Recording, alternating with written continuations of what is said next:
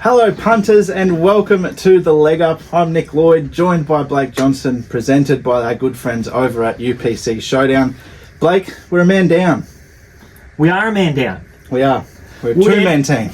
It's a two-man team. I think this is actually I'd call this the dynamic duo, I reckon. Those two words came to mind. We've done it once before, and I think it was a cracking show. We have, haven't we? Brisbane. I remember I had to get on the bloody train. I had to go all the way to Brisbane, then I had to catch an Uber to see you at the studio. Yep. We put in a good performance. We did. We might be able to back that up. I think we'll be able to back it up because we got cracking racing this weekend. I'm excited. We do. Last weekend, the curtain fell on the Melbourne Spring Racing Carnival. We had the 1,000 Guineas and we had the Sir Rupert Clarke. And like the Yulong Rise, I think we can call it, this spring carnival, they just kept winning races. We saw Kamochi win the Sir Rupert Clarke and Kieran Maher got the job done in the 1,000 Guineas there with another profit. I'm going to get straight into it, Blake, because I think the 1,000 Guineas, it's a little bit lost at the back end of the carnival, don't you think? Yeah, so the 1,000 Guineas was previously sort of around that Caulfield Guineas time, before the Oaks, and now it's been moved behind the Oaks at the end of the carnival, as we saw. And yes, I think it's definitely lost. Yeah. I think one of the races that also sort of is affected by the 1,000 Guineas being moved to the back end of the carnival is the Oaks. Yeah. Because I couldn't quote too many horses bouncing straight from that sort of 1,000-metre mark, but I do think like a horse like Machine did it. Oh, yeah. Might have been before your time, but like now we're not going to see those brilliant fillies bounce, like be aimed at a 1,000 Guineas and then potentially like those horses that run well in 1,000 Guineas, even though they think that a mile might be sort of their pet trip. Then those horses can be stretched to the 2,500 metres of the Oaks. But now, sort of at the start of the preparation, they have to say, well, this is an Oaks filly, or this is a 1,000 Guineas filly. So it's got to be one or the other. And obviously, you've got the option in Sydney as well with the we got the the Flight Stakes, and the Spring Champion, which we saw like Harlem Queen go to, and even Powers of Opal ran in the flight. But yeah, the 1,000 Guineas back in the day, like it used to be just a great Oaks trial, really. Like Aliana, we saw her in the 1,000 Guineas, and both of us said after the race, like, well, there's your Vinery, there's your ATC Oaks winner in the autumn. But you go back a couple of years and we wouldn't have had to have waited that long. She could have been in the VRC Oaks on the back of that flashing light at Caulfield over the mile. Yeah, we would have got to see more of her. Like, she's exciting, Aliana. Like, that was an outstanding effort to come from where she was. Like, we've seen a lot of interactions on Facebook and Twitter and those sort of places that are sort of cesspools for negativity sometimes, but a lot of people going after J-Mac for his ride on Aliana. But bizarre. It is really bizarre. Like it's as though those people don't have eyes and have them open while they're watching the race, because you could see that Mac actually asked her for an effort around 650 metres for home. He sort of gave her a niggle, there wasn't much of a response, and then he was sort of asking for more of an effort, and Matisse, who was behind her, was asked for an effort sort of after her, and she just picked up the bit and went straight past her. Yeah. But then once Aliana levelled up and sort of got into the straight of Caulfield, she really knuckled down and savaged the line. So she clearly should have won the race, but to no fault of James McDonald's. No, and at the 100, I think we both thought she was still almost going to get there. It was just that the winner just travelled so well into it, and when Ethan Brown pressed the button on another profit, she was just able to pinch that little break, and then Aliana, jumped out of the ground. So she's certainly an exciting one. You can say that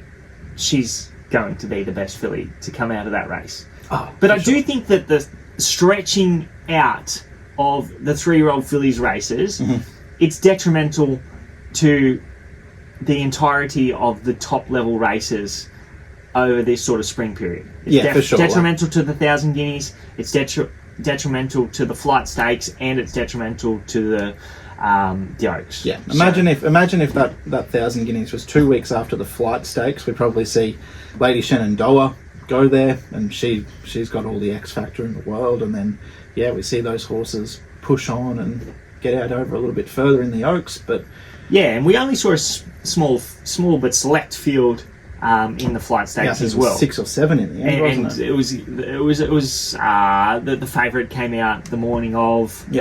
So it was like sort of that wouldn't have been a field that everybody was happy with. And then later in the spring, the 1,000 Guineas, it was probably it's sort of like a second-rate Group 1 now, really, as well. And I think you're right. You just want all those good fillies competing in all of the good races. Like, at least the potential. I know you can just win a Group 1 and then go to the paddock or whatever, but if you win a Group 1, then potentially, if you've got a couple more grand finals, there is potential to see that horse in 1 or 2 of those other races. Which is great. Well, that's behind us, but moving forward now, Blake, we've got a slot race this weekend at Cranbourne, a new one called the Meteorite. But before we get into that, we're already talking about the big slot race next year, the Everest.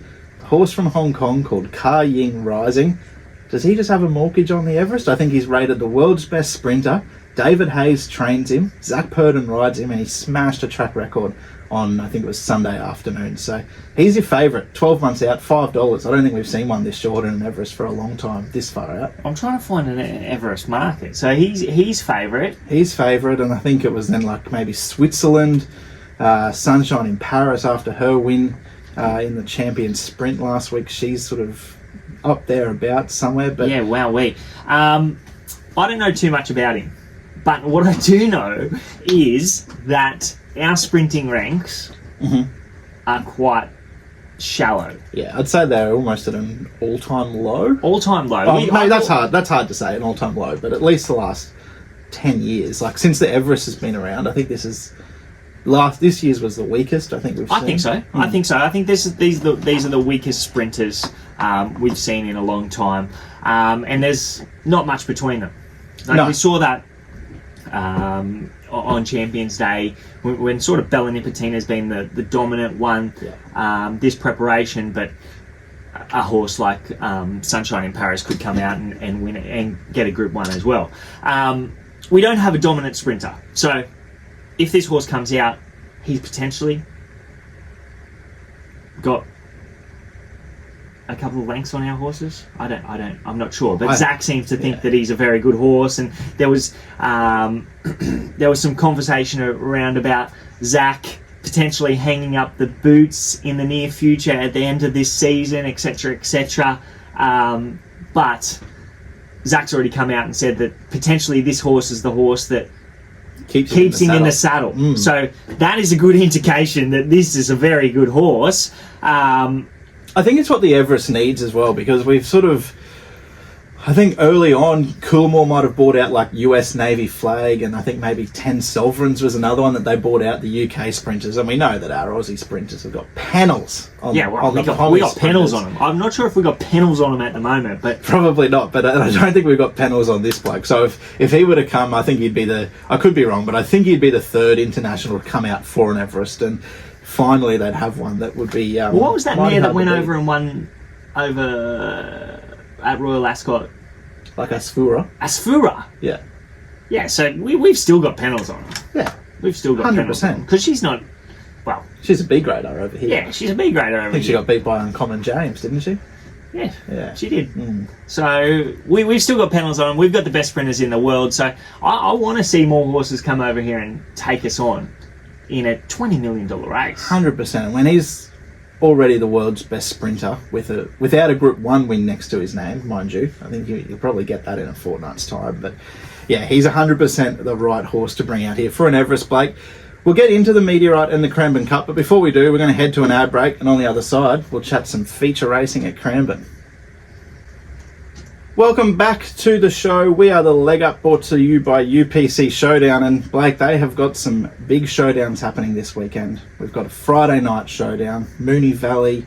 Have they got Canterbury this Friday? No, I was a little bit disappointed. We don't have Canterbury on this week. They got Sunshine Coast to make up Sunny for Coast? that. Perfect. And then on Saturday, the Gong Showdown, headlined by the Kembla Grange, the Gong. Will they be going around at the Sunny Coast this weekend? A lot of rain. Friday night possibly could be in a little bit of strife. Gone on Wednesday, Ipswich gone on Thursday. Mm-hmm. It'll be right. Doomben on Saturday be. There's a little bit of sun. We're on the Gold Coast, Yeah. but there's sun poking through today. It wants not to come raining. out. Yeah. So we'll see hopefully the track's drying and we get a good race night on Friday night. Fingers crossed. We've got 35,000 in the pool already. It's a good track, Sunshine Coast. I love it. We went there for our boy Pungo. Loomed up to win, broke down, but he's back in work now. He is. So I'm excited to see him back at the track. Hopefully we can get him to a Friday night Sunshine Coast meeting. That'd be a bit of a fill-up, wouldn't it? That would be nice. And we're going to the races on Saturday. We are. Those races at the Gold Coast. Is it the poly track this They're weekend? on the poly. Oh, no. I'm going to find one. The races on the poly track this weekend probably not going to be included in your UPC Showdown, but the boys, we're going to be there. You know what would be great? What? Well, maybe not great, but so this meeting that's at Doomben on Saturday for Tattersalls Recognition Stakes Day, it used to be at the Gold Coast. So imagine if Doomben got washed out and they go, let's move the listed races to the Gold Coast Poly. No, it'd be even better if they did a double meeting. On the turf and on the poly. Turf and then evening poly.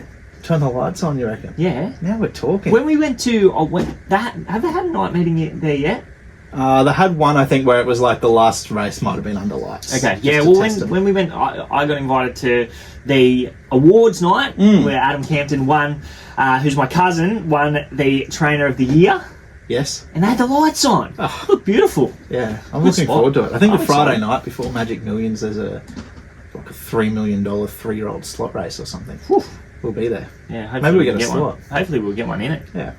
Let's talk about Cranbourne though, Blake, before we get too carried away. The Meteorite, it's a new one. Speaking of slot races, $1 million race at Cranbourne. Yeah, how good's good? that? That is good. That is.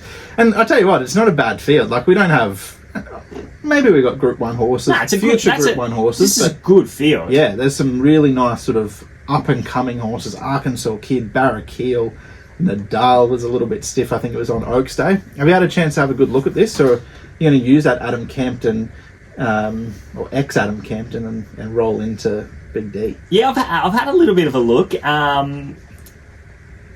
Arkansas Kid, I think they've got a good field here. I do think Arkansas Kid he's probably a future top liner. He was doing a really good job before that Sydney Stakes there, but he turns up here, and then Barrackeel, he's a nice horse. So he started $12 at weight for age level against our top sprinters, so he could be a horse that we're potentially going to see in next year's Everest. He's probably not at his best down the straight, so back around the corner, that's going to suit him. But they're the potential two top liners that are going to go around on Saturday, and then you've got a horse like Nadal, who's well and truly on his way up, and as you said, he was really unlucky behind Ray Magnerio last start. But I want to include the ex-Adam Campton trained Deepaw, now with Nick Ryan. They just sent him down there to get a change of scenery, and what about his first up run? Didn't he warm up? Behind Weight of the Stars. He was tailed off early. That was over 1,000 metres. But yeah, his late work through the line. He actually clocked the best last 200 metres of the meeting. And past the post, he was right there with the trifecta. So I think getting out to 1,200 metres, he can strip fitter for that effort. He has one figure back early days. You remember that day that he won at Ipswich? He bolted in, he drew wide, and he sat wide, and he absolutely pissed in. So he has the ability to win a race like this, and Campo always said that he was going to be a nice horse and he was going to win black type races. We haven't seen the best of him for a little while. Last preparation, he didn't have much luck. We saw after that Ipswich win, he went to Ramornie and he started favourite in a race like that. So that sort of form measures up to a race like this.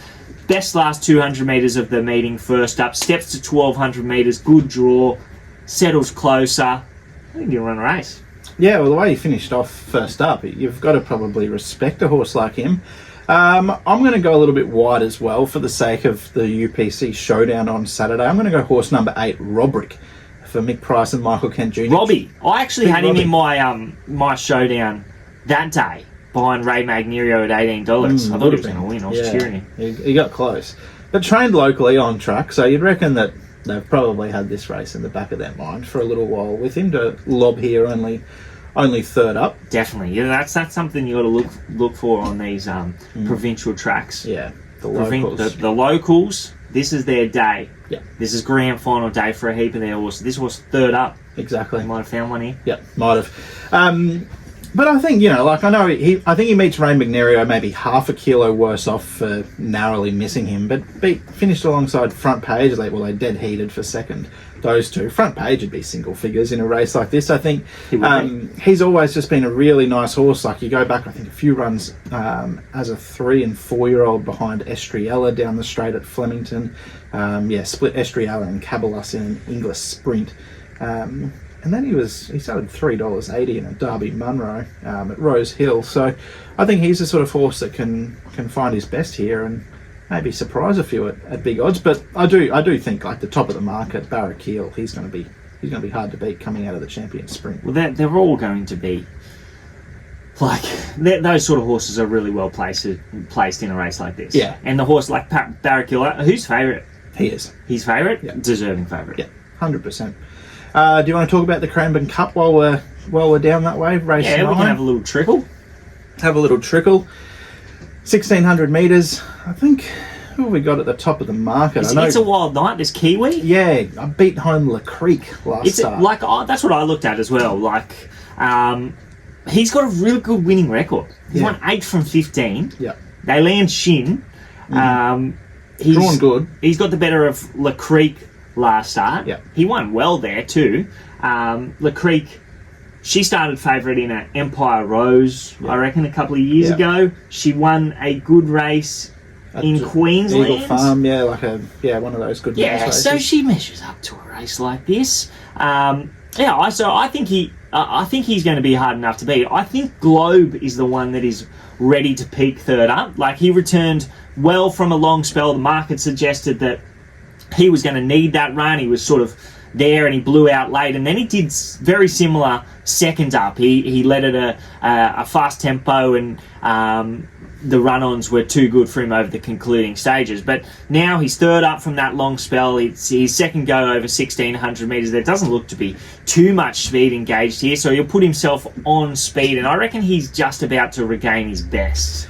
Well, you're singing from the same hymn book that I am, Blake, and you go back to the last race we just spoke about, Mick Price, Michael Kent, local trainers setting horses for races. I reckon that this is the race that they've had pen and circled for this bloke. Third up, 1,600 after a good run on Cup Day or Oaks Day, whenever that was last up. But I like what he did. He started $3 in a Fian 12 months ago, and obviously that's when he had the issue, and then we didn't see him for the best part of 9 months, and he ran well, and they put him back in the paddock, but both runs back have been super. So I think Barrier 8, he can roll forward and give Ethan Brown a second sort of feature race win in 2 weeks. Yeah, well, he was 4 from 4, and we were there was big talk about him. They were talking Cox Plate. I reckon he was like $8 in the Cox Plate all-in markets at that point. Yeah, so I'm excited to see the best of this bloke, and I think I don't know whether we're going to see the best of him, but he's going to be back somewhere near his best on Saturday.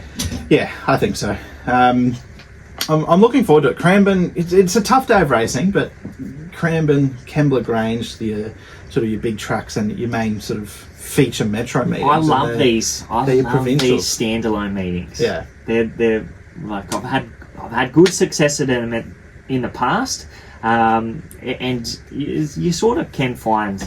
They're the sort of meetings that you can find a $8, $10, $12 winner, even a $25 winner. What won the Hunter on Saturday? The Hunter was won on Saturday by...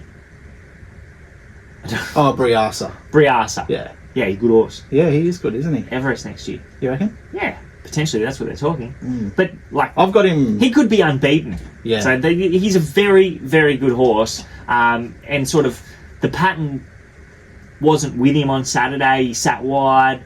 He was well backed. He was his first go in that sort of stronger grade. He was rising from, I think he won a 88 in midweek company prior to that, and then he's bounced to $1 million race. He sat wide without cover, and he's got the job done. So we haven't got to the bottom of him. The horse that runs second to him in that midweek race, Inhibitions.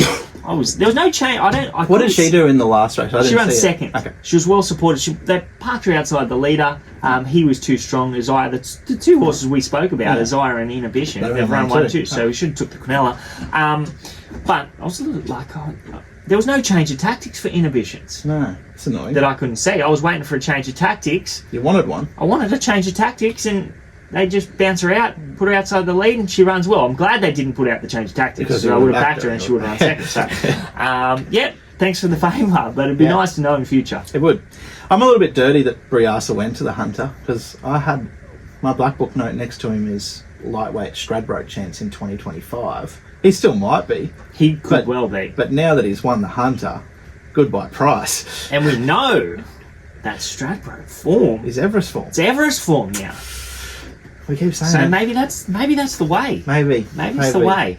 And he's sort of like a horse that, like 1,400 metres, you'd think is probably going to be, you wouldn't say a stretch for him, but he's well equipped to be a 1,200 metre horse. Where Stephanie Magnetica, like potentially, she's going to get 1,400 metres and beyond at some stage, and they've sort of just kept her back to those sprinting trips because of an Everest. Yeah.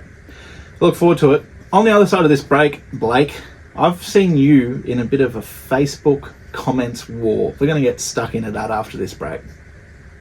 Rightio, Blake. I have seen you. My notifications have been blowing up because the leg up keeps getting notifications from people commenting on our posts, having goes at one another over Via Sistina and Romantic Warrior. And I click on it, and you are the instigator. Last night I got involved. I try my best not to get involved. I just let them go. But sometimes, like last night, You seemed a little riled up. Well, sometimes they get me at the wrong time. Like if I've got 5 minutes, I open my Facebook and I appoint myself judge and executioner of the commenters. But then afterwards, I'm so disappointed in myself because I've wasted 25 minutes with some dimwit arguing about a point that never happened. So a little bit of background. On last week's show, Blake suggested that Via Sistina can be mentioned in the same breath as Winx and Black Caviar, in the fact that they're champions. I think that's where you were going. I was saying she was better than Winx or better than Black Caviar, but you were saying that that's the sort of tier of champion that she could be mentioned in. Mm-hmm. And this bloke, as you're probably going to allude to, he said, what a stupid comparison. What did he say? What a stupid how can you compare Black Caviar to Via Sistina or something along those lines? Yeah, first of all, he told us to give ourselves an uppercut. Well, actually, no, not ourselves. Give yourself an uppercut. Oh, yeah. He said that we're bush hacks, and he asked, best in the world, give yourself an uppercut. You said, you've seen some of his comments, you should give himself several uppercuts. I've seen it. He's been commenting his on name a lot has of popped up a little bit. And then he goes, well, stop talking rot. Romantic Warrior is a better horse than Via Sistina. You are bandwagon jockeys. Comparing a middle distance horse with Black Caviar is ridiculous. But thinking Via Sistina could run 2 miles is just sad nonsense. Well, dearie me. Well, all I will say right now is if you said to me, Romantic Warrior is going to be here next year for the 2025 Cox Plate, and Via Sistina is also going to line up in that 2025 Cox Plate. We're offering 2-1 about both of them. I know who I would want to back, and it is Via Sistina, and I would be gambling responsibly, having as much money as I possibly could responsibly on Via Sistina. Yeah. Are you with me? Yeah, I think so. And you made a very good point here, and this is the point that sort of stuck with me. And now, Mr. Brightside, he is a very good horse. He won the Champions Mile, but I think the race that he won, the Champions Mile, is exactly what Mr. Brightside is. He's a champion miler. You said, point 3, Romantic Warrior beat Mr. Brightside in a head bobber. Wow, shush. so I think you're bang on, because we saw how close Prognosis got to Romantic Warrior in that race over at Chartin earlier in the year. Like, pretty close. Via Sistina made Prognosis look like an absolute C-grader. And then the horses behind, you talk of your Pride of Jenny's, your Mr. Brightsides, they were gapped. So yeah, I'm with you. Well, Mr. Brightside, he rated a couple of lengths down. Like, I was just trying to prove a point that we can't compare different days, etc., etc. Yeah. But yeah, he rated a couple of lengths down on the previous year when he did go across the line in the head bobber with Romantic Warrior. But he's in similar form to what he was last year, given the fact that he's come out and he's won that Champions Mile since. So he's a similar horse to what he was last year. I know that Romantic Warrior wasn't probably at his best when he was in Australia, but like, there's no comparison with those two wins of the Cox Plate, the Romantic Warrior Cox Plate win with the Via Sistina Cox Plate win. It'll be interesting to see, like, if they ever do clash, which horse James rides. It'd probably be a fair indication of who might. It would be hard to get off. It would be hard to get off either of them, to tell you the truth. And he does have he loves Romantic Everything Warrior. you listen to, it's always Romantic Warrior is the best horse he's ridden. But like, how could you jump off Via Sistina in the form that she is? And like, I don't know. I think that I'd like, you know what would be the best scenario? Which, well, maybe not, because it'd mean James not taking part in it. But say James was suspended for next year's Cox Plate, and both horses line up, and he can't ride either of them. So they've both got new jockeys. That, I think, we get a bit more suspense then, because we don't get to see which one James. No, I want to see James. I want to see James on Via Sistina. And James seems to think that Via Sistina would have bolted in won the cup. Given the fact that it was a slowly run cup, I think that she would have won. Yeah. So, there's no indicator, like, when you're as strong as she was at the end of 2,040 metres on a brutal tempo, given the fact that she's never been tested over 3,200 metres, this has all been talked about over recent times. But like, it's hard to knock her and say that she wouldn't have run 2 miles. Yeah, I think he said that she wouldn't have run top 10 in any 2-mile race in Australia. So I think he's gone a bit far there. Gone a little bit far, William. We got Group 1 racing this week, Blake. Just doesn't stop, does it? We head over to Perth. I don't know, is it still the Masters or the Pinnacles, I think they call it. So week 1 of the Pinnacles, we got the Railway Stakes, Group 1, handicap conditions. Bjorn Baker, he's become a little bit of the king of the West. Overpass, he's won a Winterbottom and 2 Quackers. Now he takes Belclair over, top of the weights. Barrier 14, Nashville Willeron, comes off 2 good wins in Mayor's Company in Sydney. Is she the right horse for a railway? Have you got the market for me? Can you get the market up? I'm interested. I'm pretty sure Light Infantryman is like just favourite ahead of Belclair at around 4. So Light Infantryman $4, Belclair $4.50, Zip Away $9, and then double figures the rest. Okay, so so I went through a little bit of the history of this race. Yeah. And the last Eastern States horse to win it was in 2015. Okay. So there's been a few good ones. Like, I always seem to find myself back in an Eastern States horse. In the Railway, I'm always tipping an Eastern States horse. And then you could also go back to the last Victorian trained horse to win it was 25 years ago in 1999. Slavonic. There you go. Only 5 mares have won it in the last 35 years. So we're narrowing this field down a little bit. Yeah, and I'm just having a quick look now. So going back to 2014, so the last 10 runnings, 53.5 kilos has been the most weight carried by a winner of this race. So 53.5. Yeah. Stradbroke winner won it in 2009. Sniper's Bullet. Snipers. Good horse. He was a good horse. So that's another Eastern States horse that's won it, but that was a while ago. So, like, does that give us an indication that we should be taking on these horses at the top of the market? Quite possibly. I've had a bet all in on the toppy on Belclair at the $26. I got the push from the stable rep from our good friend Luke Hilton said I'd have something on Belclair at $26. So I bet accordingly. But well, she's the one to beat. Yeah, I think so. Like, you beat Magic Time. Magic Time would be right in the market in a race like this, I think. But she's going to go forward. I don't mind the wide gate for her. She'll get across, no worries, I think. I don't know too much about the locals, but just going through it, there doesn't look a whole lot of speed in it, so I think she can get across. Nash Rawiller on. He had no luck at Canterbury on Wednesday. Nash, I think he had 3 rides that are all still dressed up with nowhere to go. Or can be that sort of place. Can be that sort of place. So he might be. He usually rides that track very well too, Nash. He does. Yeah. So he'll be out to make redemption from the Canterbury meeting on Wednesday. Straight over to Ascot. So she's on top. But I think the roughie in the race, and maybe not this race, maybe in a fortnight in the Northerly, but Sox Nation, who you gave a push for in the Empire Rose the other day, she was outstanding, I thought. Yeah, she's going well. I'd suggest staying in a miles, probably slightly against her, but I think it's weight for age next Kingston time. Town Stakes. Yeah, that one. The Northerly in a couple of weeks. That'll be her sort of race. I'm going to go with Super Smink. Okay. This mare is going really well. Second up, charged to the line with that wide draw against, and then last start got the job done. That was over 1,400 metres. She's only been to 2,000 metres twice. She started favourite in the WA Guineas this day last year. Started $1.80. That horse, I actually backed the winner that day. Zipaway. Yeah. So Zipaway was good first up too. He didn't have the best of luck.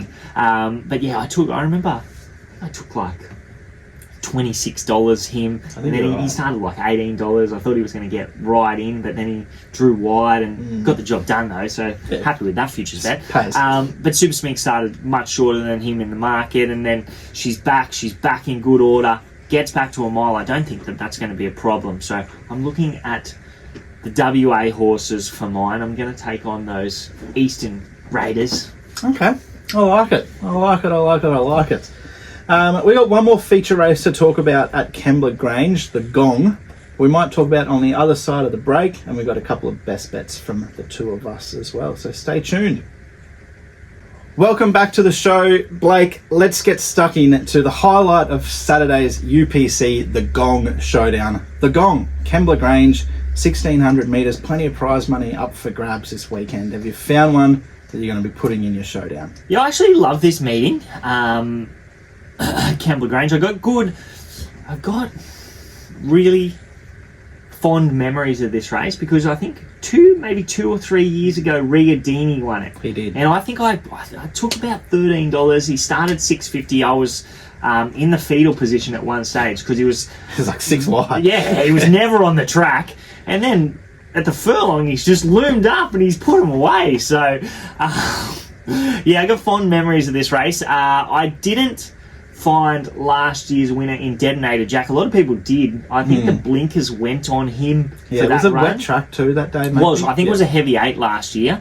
And he was too good for them. He was well back there too. I haven't really found one at good odds for the UPC Showdown.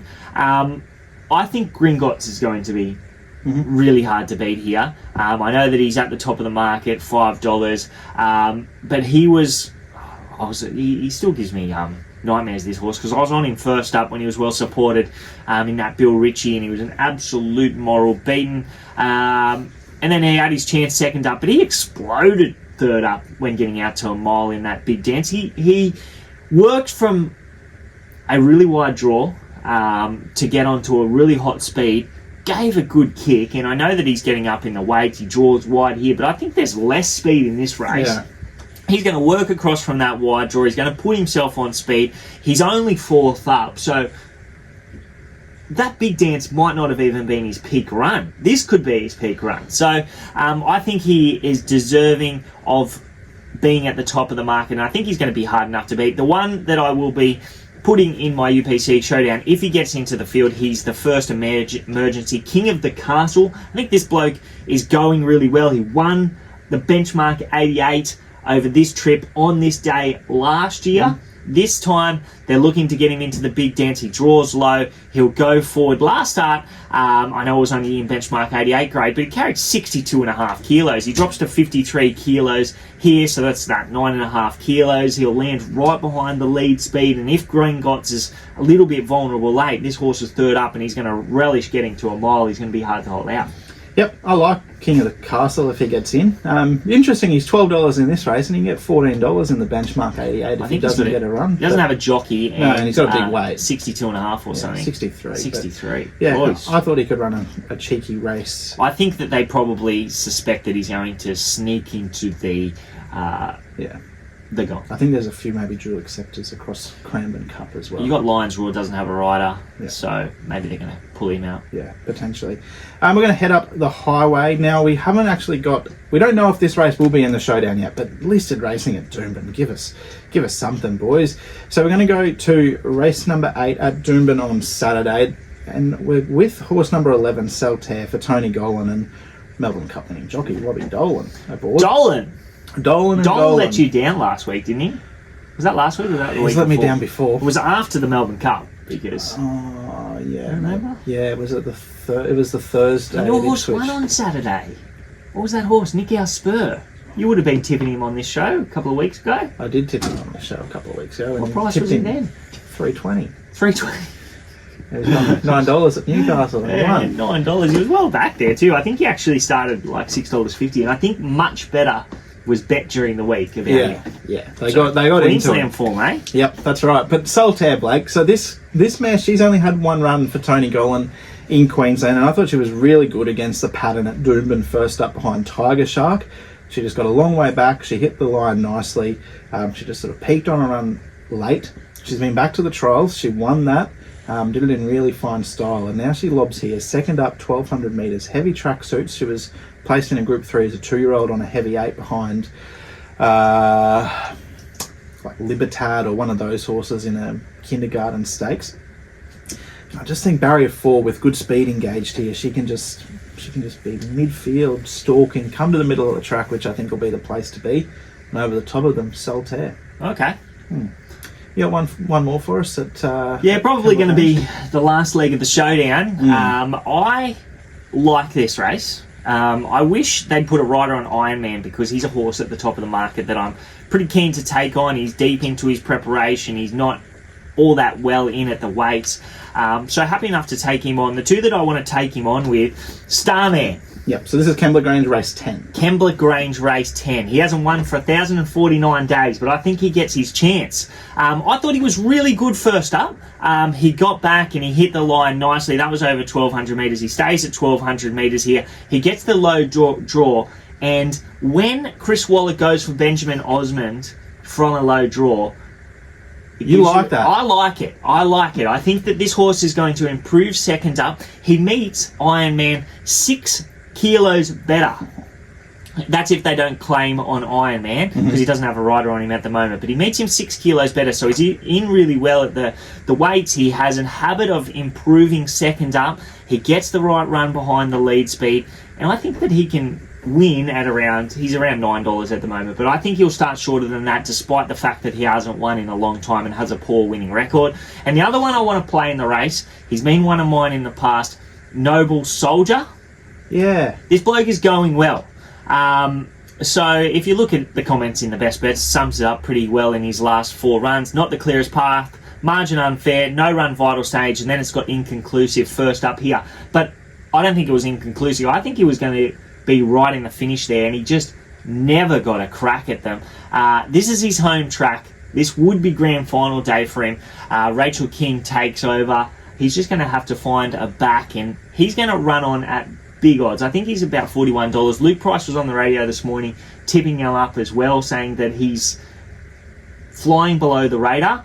And you would suggest that, like, if you just watch the runs last start, him and Bojangles were sort of in a similar position. Bojangles is much shorter than him in the market here. But he was going every bit as good as Bojangles. So, given the fact that he was well beaten there, and he's been an excuse run at his last 4, I think he can run a race here. I like it a lot. Before we wrap up, very quickly, I've got a black booker at Moonee Valley on Friday night for your Friday night showdown. How good. Get it in Fill there. up. $14 or something. Race 7, number 12, Dark Journey. Heavily backed at Mornington. Last start, no luck. Got out late, just missed. I think we can get our money back on him. What have we got? Extra trip or anything like that? Better draw? 1200, gate 2. Stays 1200, drew gate 3 last time. But it was $2.70 there, and we're getting $12 here. $12. I'll be throwing it in my showdown, no doubt. Me too. Good luck this weekend, punters. Hopefully you back plenty of winners, and hopefully you got a few winners in your UPC Showdown on whether it's Friday night, Saturday night, or Sunday, and hopefully we're the ones that are winning it. If you win on Saturday, you get into the special event as well. So we'll be hosting that next year on the Gold Coast. Is it on the Gold Coast? It's on the Gold Coast. It's on the Gold Coast. It's going to be an absolute fill-up, so double whammy if you win on Saturday. 100%. Hooroo. See you, punters. Imagine what you could be buying instead. For free and confidential support, call 1-800-858-858 or visit gamblinghelponline.org.au.